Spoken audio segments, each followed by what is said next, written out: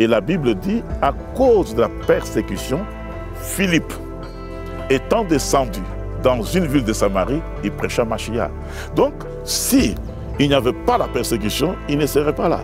Et oui, et l'évangile n'aurait pas été propagé. Ah oui, donc vous voyez. En fait, moi je ne veux pas prier pour la persécution, mais c'est vrai que si l'Église elle reste dans le confort, elle ne va pas évoluer. Exact. Et finalement, quand l'Église est secouée, c'est là où elle est la plus forte.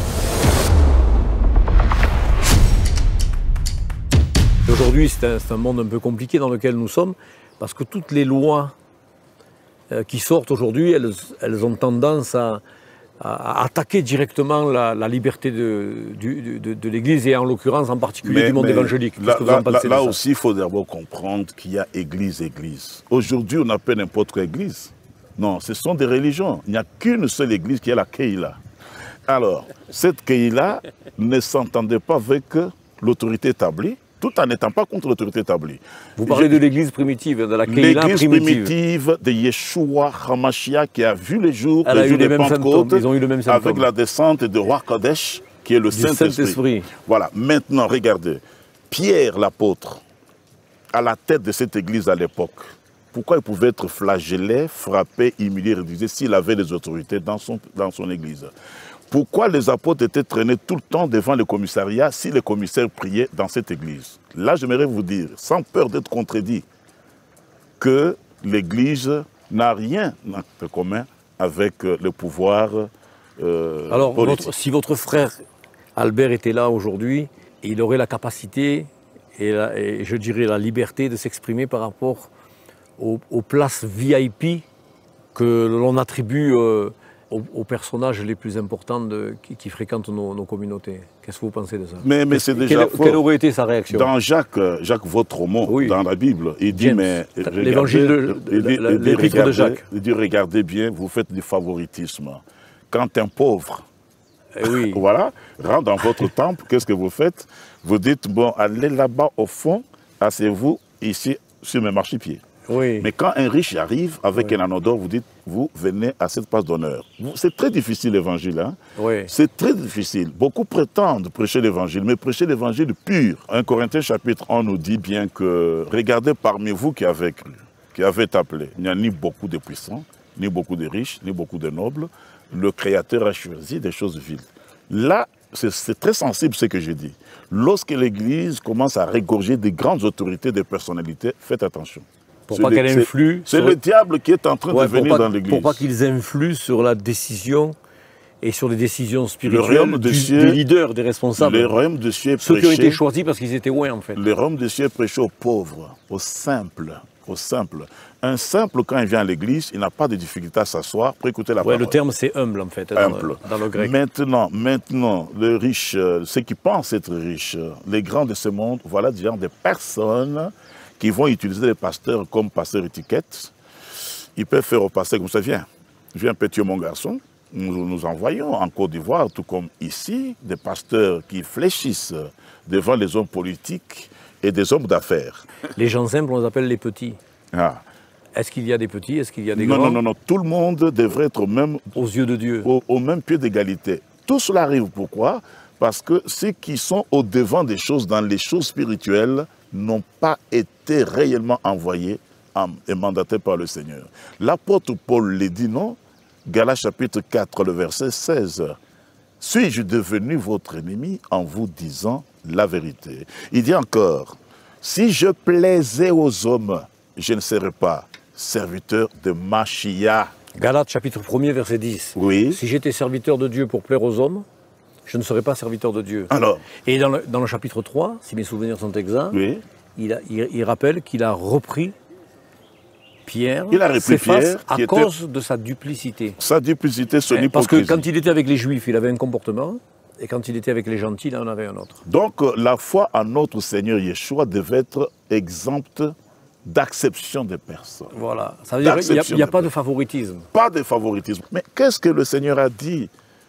Il dit, ne ressemble pas à ces pharisiens qui aiment à être salués dans le milieu public, Rabbi, eux qui cherchent le premier siège, dans les synagogues, premier siège dans les synagogues, Rabbi, le premier siège. Mais qui mettent sur les épaules des veuves des fardeaux lourds et pesants. Et même incapables de les remuer de leur bois. Nous avons aujourd'hui des hommes religieux, vous irez dans une église. Ils sont assis dans la chair de Moïse. Assis dans la chair de Moïse. Alors que l'évangile, c'est allez, levez-vous. C'est pourquoi, normalement, un leader, il dit jamais allez-y, mais suivez-moi. Donc, la plupart. Un leader, il ne doit pas dire allez-y. Non, il doit être le modèle. C'est lui qui doit être devant. C'est lui qui doit passer au devant de la scène pour que les autres puissent suivre. Vous voyez, par exemple, ici chez nous, quand je dis chez nous, c'est comme en Côte d'Ivoire, comme ici au Congo et ailleurs. Quand vous regardez le berger qui passe avec les troupeaux, ils sont où? Ils sont derrière. Et les moutons sont devant. Maintenant, qui conduit qui? Mais en Orient, vous savez que le berger est devant, avec son bâton, et les brebis suivent. Dans l'armée israélienne, les officiers sont devant. Hein. Ok. Alors maintenant, ici, le pasteur exige de croyants la mise en pratique de la parole, alors que lui-même est incapable de vivre cette parole. Il faut prier. Et c'est ça le problème. Nous tous, nous lisons beaucoup. Mais un serviteur de Dieu ne peut pas faire des compromis. Jean-Baptiste ne l'a pas fait. Et il a été décapité parce qu'il a regardé le roi dans les yeux. Malgré ton café que je viens de prendre, maintenant c'est le moment des échanges. La dame était assise là à côté, c'était qui avait le café le matin. Il dit, malgré ton café que j'ai pris, tu n'as pas le droit de rester dans cette maison. Voilà, nous avons besoin de tels prédicateurs. Nous avons besoin de tels prédicateurs qui peuvent se mettre en face du chef de l'État ou d'un gouverneur et dénoncer, appeler le chat par son nom, le chien par le sien. Maintenant, le problème, les hommes religieux cherchent les enveloppes. Money. Money. En voilà ça, l'argent. L'argent. Maintenant, les vrais sont rares. Les vrais sont rares. Un serviteur de la trempe d'Élie, Eliaou, le Tishbite, qui pouvait dire à Jézabel, les chiens vont dévorer tes petites cuisses. Il dit à Akab, méchant que tu es. Voilà. Oui, mais quand même, elle l'a fait fuir. Hein. Ah, mais oui. Dans un moment de faiblesse, il a été terrorisé, il a fui, il s'est mis sous le genet. Et il a commencé à se lamenter. Il a même été nourri par un corbeau. Il faut quand même avouer que même l'homme de Dieu a tremblé, mais Dieu l'a rappelé, Dieu l'a rattrapé et il s'est ressaisi. Le Seigneur l'a concrétisé dans la Nouvelle Alliance, que les autres appellent le Nouveau Testament. Brit Hadasha. Ok. La Nouvelle Alliance. Vous savez pourquoi je parle des aimants? On ne dit pas le Nouveau Testament. Ça veut dire que si on dit le Nouveau Testament, l'Ancien est caduc. Voilà. Nous, on croit aux 66 livres inspirés de la Bible. Vous voyez pourquoi je reviens... Première alliance, seconde alliance. Je reviens à certains pas, je suis en présence d'un juif. Et je me sens à l'aise. Si c'était un serviteur païen, c'est-à-dire un gentil, qui m'interviewait, peut-être j'aurais limité un peu mais des nations. Avec vous, je sais que vous connaissez. Vous connaissez. Donc, dans la Nouvelle Alliance, il a dit à ses disciples Limodim, il leur a dit, quand vous persécutera dans une ville, il n'a pas dit restez là. Fuyez dans une autre, et vous n'aurez pas cessé de parcourir les villes de Jérusalem, les villes de Juda, tant que...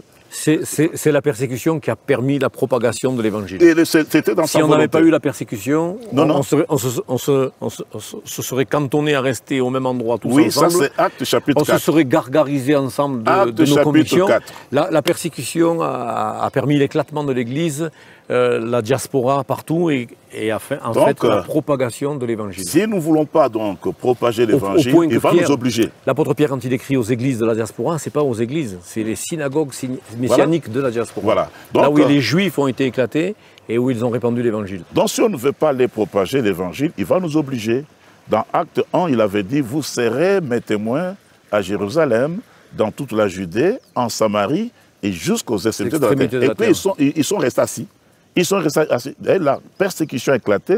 Et la Bible dit, à cause de la persécution, Philippe, étant descendu dans une ville de Samarie, il prêcha Mashiach.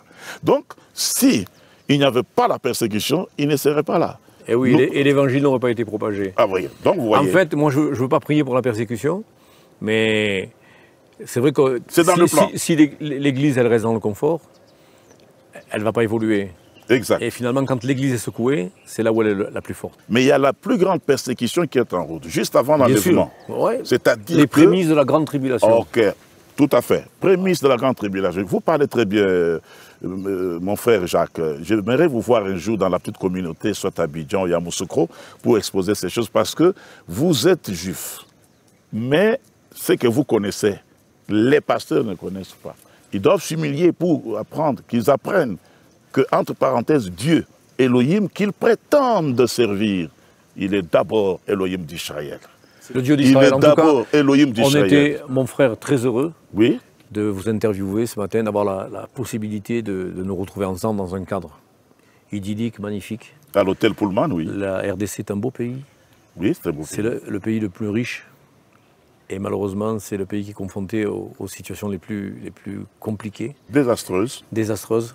On en pleure. Moi, je suis pasteur d'une église africaine depuis 23 ans. Ça fait 23 ans, non-stop, que toutes les semaines, je prie pour la République démocratique du Congo. Amen. Je prie pour l'Afrique, le continent africain, que Dieu bénisse l'Afrique, que Dieu bénisse le continent africain, et que le continent africain puisse profiter et faire profiter aux Africains de ses ressources, pour qu'on puisse voir des hommes et des femmes sortir des situations chaotiques dans lesquelles ils se trouvent. Certains ont des diplômes incroyables et sont résignés à être simplement chauffeurs quelques jours dans le mois et ils n'arrivent même pas à payer leur loyer. Nous voulons prier pour que le Seigneur renverse la situation, qu'il puisse faire profiter de la graisse du pays aux habitants du pays. Que Dieu vous bénisse. La télévision de la Bonne Nouvelle vous souhaite en tout cas une bonne semaine, que Dieu vous bénisse, qu'il vous accompagne dans toutes vos activités et qu'il vous comble de sa grâce. Un shalom à vous tous, depuis Lubumbashi. Amen. Shalom, j'espère que vous avez aimé cette vidéo. Abonnez-vous pour ne pas rater nos programmes. Merci de faire partie de notre famille TBN. Que Dieu vous bénisse. Shalom de Jérusalem.